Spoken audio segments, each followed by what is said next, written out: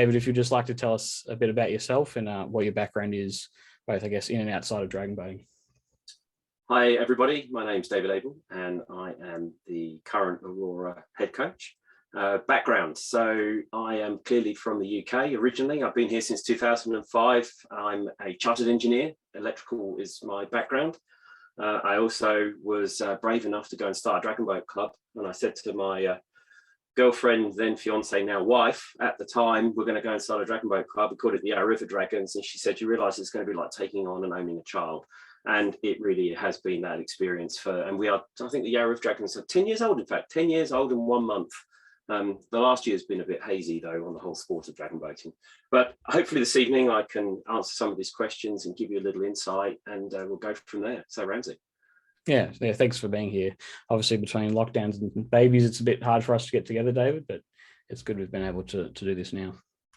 I thought I'd just start with, it's probably a bit basic and I think a lot of people would know already, but do you just want to kind of explain to us what the Auroras are and kind of how they work at the moment?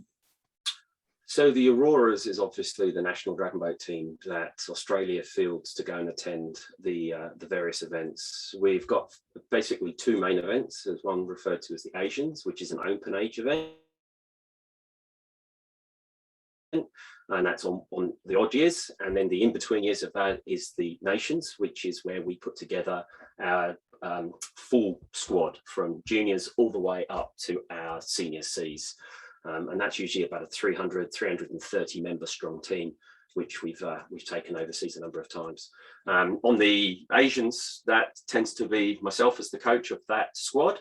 And then for the Nations, we have a number of divisional coaches that look after each of those divisions. And therefore, we have that diverse coaching ability to take everybody forward and hopefully perform well.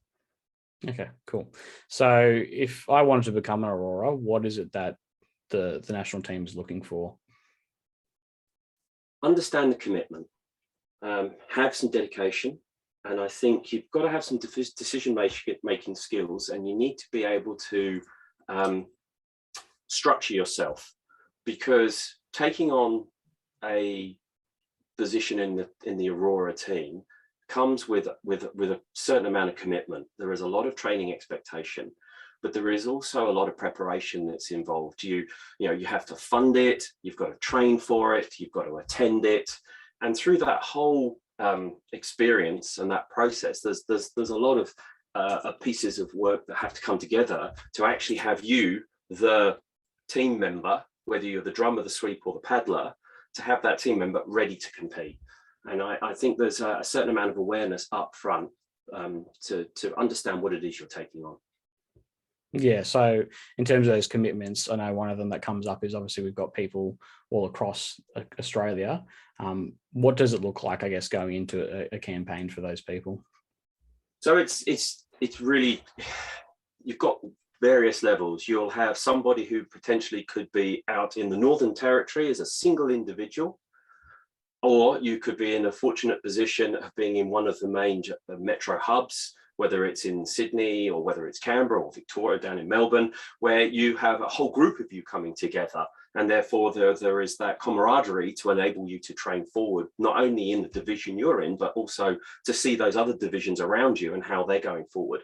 But what you've got to do is recognize that whether you're that individual who's out there on their own and having to motivate and push themselves by themselves, or you are in that group of people, it is to understand the support network around you as well. Okay, so a scenario I've thought of beforehand was if I'm a person that is maybe paddling a year or two and with my club and I've really enjoyed it, maybe we compete decently at, say, like our local state championships. If I wanted to take myself to the next level and look at stuff like the state team and the Auroras, what could I do before the whole selection and trialing process starts? There are enough people out there. Go and find somebody that's been through the experience, whether it's in the category you're looking to try out for or one of the other categories. Look for those people and start a conversation, start to communicate, reach out to the coaching team of prior or the current coaching team, speak to your own club coach. You can speak to your state coach. I think what you want to do is build up a lot of knowledge by asking questions of what does it take to do this, And don't be afraid to do that. I don't know anyone that wouldn't be prepared to respond and give you input and advice. I get, even through this whole pandemic, I've had a whole raft of people ask me questions. What do I have to do? Most of them say, what are the exercises? And we'll get to that later on. Don't worry about that right now. What are the expectations? What is it you want to what is it that you want to achieve from this? What life goal are you trying to achieve by becoming an Aurora? Let's, try to think of it like that, and then start that journey. Find the right people to talk to, go and speak to them, and they will pass you on to people who may be even more capable of helping you, and build up a passion to become an Aurora. Great. So when you do get to the part where you're advertising for expressions of interest and setting the trial and selection process, does that vary between the different divisions, or is it fairly similar between the different age groups? So we would have been in a position of actually finding that out if we had actually, if we weren't in the position we're in right now. So the way I approached this and the way I wanted to do it was, if we look at Asians, which is one squad open age, what there was an expression of interest, and then there was going to be some basic qualification exercises or measures of capability. Now, were they in a dragon boat? No, not necessarily, because with all the best intentions, not everybody has access to do this. Not everybody, you can't just get in a dragon boat or a single craft. So let's do some benchmark exercises to see a threshold, and then take those people to a camp, put them into a dragon boat, and see how we go. Now, with the worlds, where we had all the nations, where we had all the different divisions, the approach I was looking to put together was to allow freedom of the individual divisional coach to basically set the expectations of their squad, working with me. So I would sit across the top, and instead of me saying, okay, I want this stroke in this way, I would go to, say, a senior A coach, say, what do you think is going to work for this crew and why? And let's talk about it. Because I'm a believer that how a senior C paddler paddles is different to how a premier is going to a paddle. And therefore, let's look at those, let's recognize those attributes and build on those attributes such that we make the senior Cs the best they possibly can be, and tune it to meet their needs, and do that at the different levels where it suits. You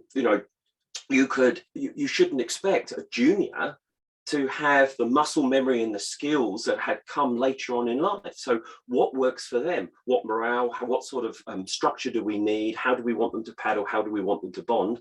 And then look at that individually. So the plan was to allow the divisional coaches that freedom to set the boundaries that they thought would work, but in concert with myself. So I would therefore allow them to do that, but that I would be there so they could ask questions, or I could come in and give advice, but to provide that freedom by division. Okay. So we've talked about a little about what the paddlers can do and what the coaches do at your level. If a club, and I think most of them here are quite supportive of their paddlers getting into high performance paddling, what could a club and a club coach do to support the journey of those wanting to get to that level? So the hardest thing that coaches have, whether I'm the coach of the Yarra River Dragons or whether I'm the head coach of the Auroras, is having it come together well. It's very difficult. Your clubs have the intention of performing well through the season of regattas, probably aiming to perform at their peak at nationals, and then potentially maybe go on to another event, CCWC or another international event. And the club coach will have this roadmap of how they're going to get to that position. And then we come in as the Auroras and say, hey, look, we're looking for paddlers to join Auroras. And suddenly there is this potential conflict. And I think the way that we've got to work forward is that as the governing body or the looking after the Aurora campaign is to work with the club coaches to try and provide some sort of harmony. This is what we as a club are going to do. Okay, great. That's really good. Okay, you're building the paddler that is interested in doing Auroras really well. And we've got to be a little bit more adaptable in tuning the training. Depending whether you're coming from potentially a social club, but you have aspirations of being competitive, but you love your club and you want to stay with them, or you're coming from a very competitive club that is looking to become one of the national champions at the at Auschamps when we have them. So I think you've got to have that ability to be adaptable.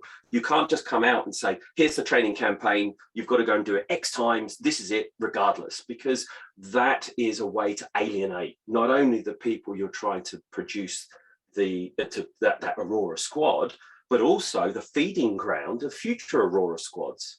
So if we don't build that relationship, and if we don't build that environment, it becomes difficult. But it's not going to be easy, because you got 1 year you have a competition which is a different window of training, where we have to push through winter to be ready to go to somewhere in October, November, where all the clubs have now said, everyone go away and relax, chill out, get yourselves, and we pick up the pace and go. So there's a lot of balancing to do there. But I think the important thing to do is to share this and find a common, and okay, what are people's ideas on how we make this work? Okay. One thing I just thought of then was what kind of, you mentioned that you have to be really committed and focused on being an Aurora paddler. Once you do become an Aurora, could you talk a bit more in detail about what kind of extra commitments there are on, I guess, on top of your regular paddling when you are an Aurora? So this is where, again, are you an individual by yourself, or are you in a group of people? There's a lot to be said having other people around you that are doing the same thing you are, because they can help and you can help motivate them to meet that program. There is an additional commitment. I think the structure that I would like to see is that there would be some monthly benchmarks, for example. Let's keep it simple. Concept 2 rowing machine. So everyone should have access to a Concept 2 rowing machine in a gym. Okay, let's not worry about paddle adapters right now. Let's just say Concept 2 rowing machine. I would look for them to produce a level of work per month such that those numbers on that Concept 2 were constantly seen to improve. Now, the gym program that enabled them to do that, I think we should be flexible on, because different people are at different levels. But what we need to be able to do is see growth. So you need to be able to develop and grow in your ability to meet. So if you set a benchmark at day 1 at 2 minutes, what is going to be the correct growth path, and talk to your divisional coaches about that, such that you can see yourself improve. And therefore what you can do is you normalize all that data, and you can see the trend of where the crew is going by division, and you can therefore tailor the feedback you give to individuals to understand what it is they're doing in their training program. What that does is allows this ability for individuals to progress without having to sit there and go, well, Wednesday we're going to take all the Aurora hopefuls, stick them in a boat and put them out there. Because sometimes if you've got a heavy persuasion in one area, say one state has an awful lot of senior Bs and Cs, it's difficult to put a junior or a premier in that boat, and for each group to be able to achieve their outcome, because their coaches may have different missions or different purposes. They may be working their stroke differently.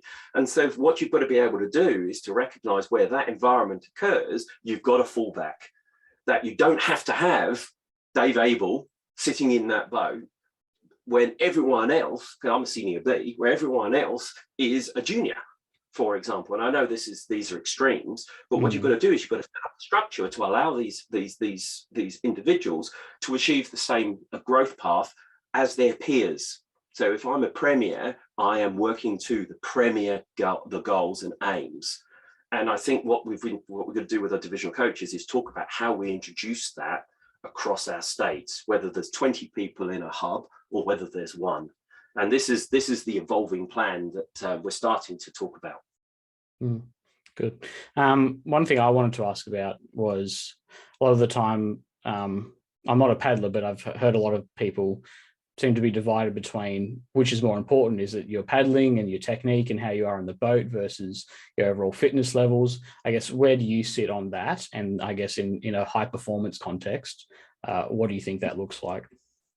You don't paddle to get fit, you get fit to paddle. Mm-hmm.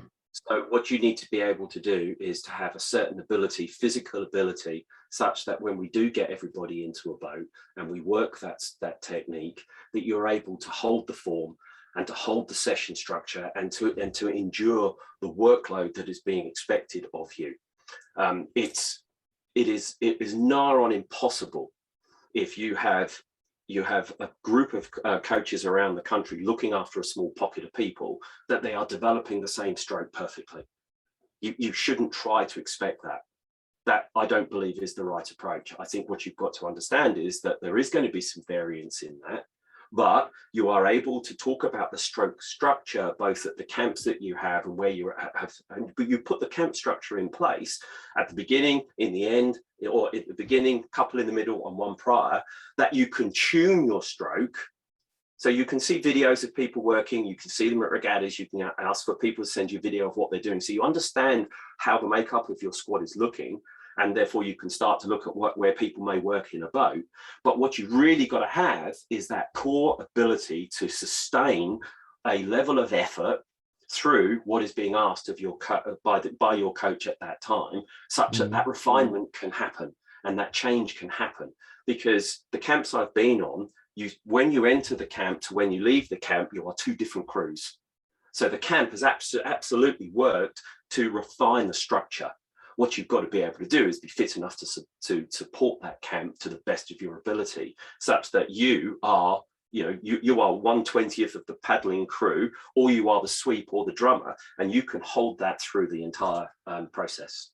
Okay, good. You've been part of a few campaigns before in the past, I believe.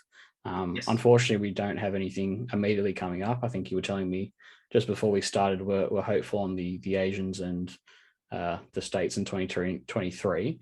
But when you do, for those that haven't been in Aurora before, what is the experience like when you're going in those overseas competitions? How is it different, I guess, to what we're doing here in Australia? When you get to put that shirt on, it is a very special moment. There is no question about it. Okay, and you wear it with pride. And when you go to these campaigns, there's a lot of excitement. Usually you probably have a camp prior to departure, and you can feel the buzz in the crew, whether it's an Asians or a Worlds, you can feel the buzz. And then you go to these camps, you go to the competition, and the competition is electric. You see these huge crews of the world, and there you are on the water with these big crews, and you're a big crew. And the thing you've got to hold in your mind is that you are it. You are the Australian crew, and you go out there with that in your mind, and you're out there to perform to your best. You go out there and you push to limits you didn't know you could push to. You do all this training to excel when it matters. And that moment it matters is when that barricade drops down and you are off, and everything you know how to paddle in this boat. You've done it enough times. You know the voice of your drummer and your sweep. You know the calls, and that basically just all comes together, and the boat hopefully is going to take off and leave. And you've got to enjoy that. You've got to enjoy it. My goodness me, I love it. Clearly, if you've been to a regatta in your hometown or in your home state, you're excited to compete. And if you go to Oz Champs, it's a wow factor, because we get to see 2,000-3,000 competitors rock up and we do these competitions. When you go to an Aurora's, there may be crowds that big. There may not be the audience. It's not like the Olympics. It's more it's a more subdued crowd, should we say? But the buzz on the water is the next level up, because you look to your left and right, and the crews you're looking at, you don't know them. They're from Singapore, they're from Australia, they're from the UK, they're from the USA. You just see these big crews, but you should never be intimidated by these crews. You should be proud and trust in what you're doing, and trust in the crew you have, and enjoy that ride down that course.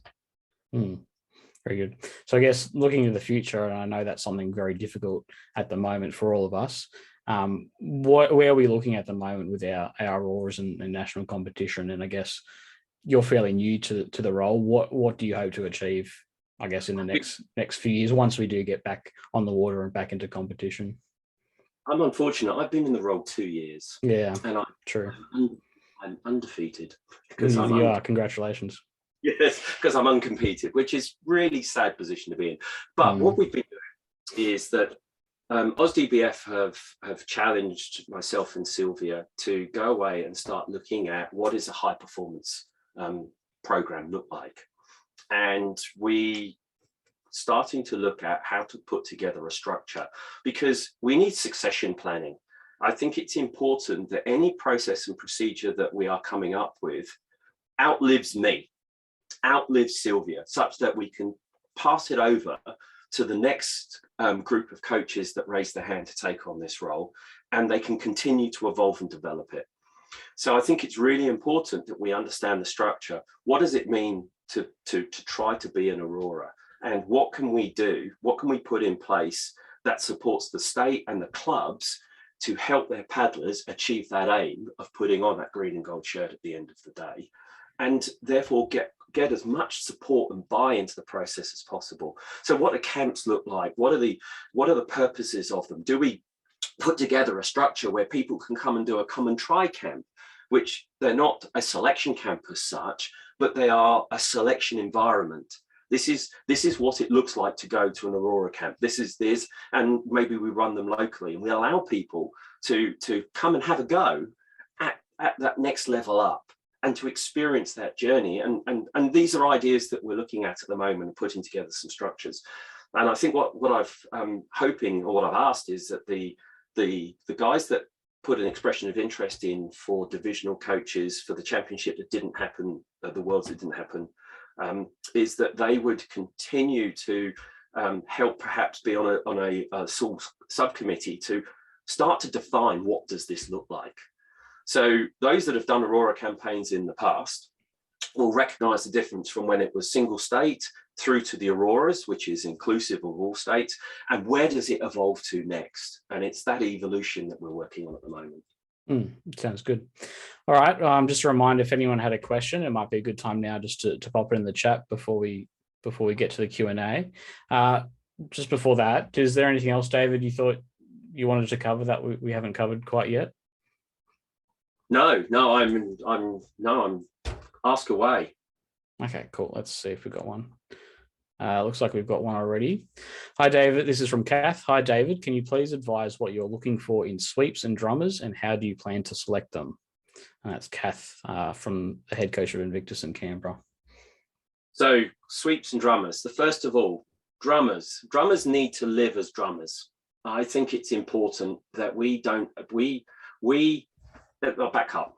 I have utilized the importance of a drummer.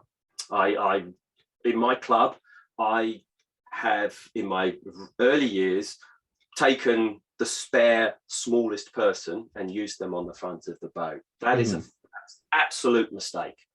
It has in the since 2017, I think, so the last 4 years, we have used people purely as a drummer. So that person, when they come to our training sessions during the week, sit on the front of the boat. We might not give them the actual drum, but we put them there. So what I'm looking for in a drummer isn't just somebody that can bang the drum. I'm looking for somebody that can motivate the crew, because the front half will hear them really well, where the sweep, if they're not on a Cox box, will not project in the heat of the excitement. And I want to see that the drummer and the sweep are absolutely in sync. If the sweep drops a call because they're doing something with the boat, the drummer has already yelled that call out and it's synchronized. And I've seen this in some of the Aurora crews. Now I'm being a bit biased here, but Eliza Campbell, my wife, and Erin, for those that know the two I'm talking about, I think were a super duper sweep drummer combination, because they understood each other. They were different clubs, so they weren't like they were coming from the same club. They came from two different clubs, but what they did was they spent a lot of time off the water talking to each other about what it should be. So what am I looking for in a drummer? Someone who's prepared to listen, somebody that can keep time, but also stay cool in pressure. Because what a drummer has to do is be that rock on the front of the boat, that when the paddlers look up and they want the world to end because they're about to bust something, that drummer's looking back at them going, I need more, and I really trust in you as the paddling crew. You are the engine moving me down the course, give me more. And I want that drummer to be able to give that across to the crew. I want them to look up, see that drummer and go, I'm here with you. What does the sweep need to do? The sweep has got to be controlled and calm. A sweep can't get hysterical in their calls when they're trying to make their point because everything's got emotional and exciting. They have got to sit there and call out those sweep commands. Okay, crew, I need you to go. 2, 1, go, now lift. Such that when you come to that point, okay, crew, I need you to make history. The crew deliver. Because there is that sudden small tempo change in way the sweep is speaking that gives that crew that extra push. You don't know why, because your head's inside the boat, but you get that extra bit. You go a bit deeper, you go a bit stronger, and you just do what's required. So the sweep's got to have good control of the boat, and it's got to demonstrate complete calm. Nothing must rattle the sweep. So I expect the sweeps to be. Got you again, David. That's good. Okay, Yeah, well, I think you answered that question well, so thanks for that. I probably get passionate about that being a sweep. No worries. All right, I know we don't have you for very much longer, so we'll try and speed through some of these. Brendan just asked, can you just quickly explain what a divisional coach is, I guess, opposed to your role as a head coach? So the way that it's going to be structured is that there's going to be a head coach, myself, and potentially assistant head coach. And then per division, there would be one for the juniors, the under-24s, the Prems, A, Bs, and Cs. And that divisional coach would have responsibility for that division. So if Dave Abel came along with an expression interest as a coach and was successful and looked after senior C, for example, then Dave Abel would be responsible for the training expectations of the senior Cs, how they were to paddle in the boat, the configs, but that would all be done in consultation with myself. So what I would look is not to direct them. I would allow them the free rein to go away and actually do that, but basically tell me why they were doing it and explain their rationale, and then we can tune it as required, and potentially could bring the coaches together and actually say, right, this is the campaign approach, and get that flavor and then tune it by division. Okay, cool. Don has asked, would you look at having come and try camps in each state? Yes, I think the way to build this is potentially have a come and try camp in the host state. It's waters that those people trying out are comfortable with. So, you're talking the very early days when people want to get on this journey. Do it in an environment which is familiar to them, but give them the taste of what that environment could move to before you sit there and say, right, now everybody, you've got to go to state X, you find your B&B, you get in the boat and rest it. And it's basically, it's to start to evolve a process. Okay, great. Alan asks, when's the process for Seville starting? Do we know anything about that? So right now, the first campaign we've got coming off the bat is going to be sometime in November next year, and that's an open age, and then the nations will be in 2023. So for the November, we tend to start that campaign 1 year out. So we would be, as it's an open age and therefore it's a much smaller crew, it's 60 odd people, we would start that expressions of interest around November and start that journey, noting the limitations that we currently have, not only within inside Australia, but also going out internationally. So that's an evolving setting, as you are all clearly aware. Yeah. Shirley's asked about the fitness tests you have in mind. I think you did cover that a bit before, but did you just want to quickly recap what the fitness tests were in mind for the next campaign? So what I did for the Asian campaign in 2020, which we didn't actually get to hold, unfortunately, was I asked people to compete a 500 meter erg on a paddle erg. So it was a Concept 2 rowing machine adapted to have the paddle erg and then set a time over 500 meters. And there were some guidelines about how to set the machine up such that the drag factor was consistent, such that if you were doing it on your machine and I did it on my machine, we set the drag factor up such that the machines give a near identical outcome so I can normalize the results. And we were going to use that mechanism to get everybody to camp. I'm not a fan of setting benchmarks. Here are the 5 exercises you must do to compete.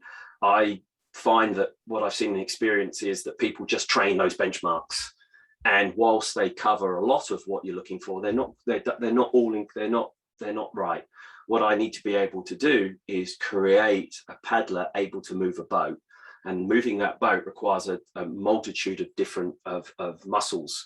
And therefore, what I look to do is that my benchmarks will be something more simplistic, to see that there is development in individuals moving forward after selection, and that development and that graph should have a steady improvement, and that's something that we would then be able to track.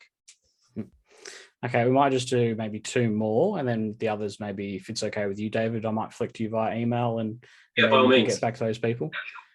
Malcolm said, do we know of any update to changes in the age divisions for international competitions? No, as I understand it right now, the division ages are as what we've always known. There is your categories of juniors, there is your under 24s, the premiers, 40 and below, which I think, then we've got senior A, which is 40 and above, senior B, 50 and above, and senior C, 60 and above. Now with the premiers, it's something I need to discuss with AusDBF as to whether premiers is open age. In other words, if you're a senior C and you can meet the expectations, then you can race in a premier boat, but you've got to meet the expectations. You've got to be able to achieve those aims. But that's a I don't want to undo that can right now because the worms will escape. But that's something that needs to be looked at, as to exactly what is this. But IDBF's divisions are defined. Fair enough. I think that last part as well answers Pete Jolly's question, so that's good. All right, last one from Joan. Does previous Auroras have preference over new candidates for selection, or is it truly based on the fitness test for selection? Right, so let's be crystal clear here. We go with a squad that has proven themselves for that squad. So if you are a returning Aurora, you will be expected to prove yourself for the next squad. I think it's really important that everybody goes on the same journey to achieve the squad that we're going to compete with. So if you are, if you've done 10 campaigns, you have an awful lot of banked experience, but I will still expect you to go and do exactly the same as me, first time having a go Aurora is going to do, because what it needs to do, it equalizes and neutralizes everybody. Everybody has been on the same journey for that squad. And there is therefore, I'm trying to minimize perception. You do this test, you do this test, you do this commitment, you go on that journey. All of you, everybody does it for the same, to the same level. That's good. Okay, well, I think we'll leave it there. Just like to thank David again for joining us. I think it was really great. It's really great we can do these kind of things to keep people engaged when we can't be on the water. So thanks, David. Mate, it's been a pleasure. It's the most dragon boating I have done in a very, very long time. So it's actually been really good to actually talk about the sport we love.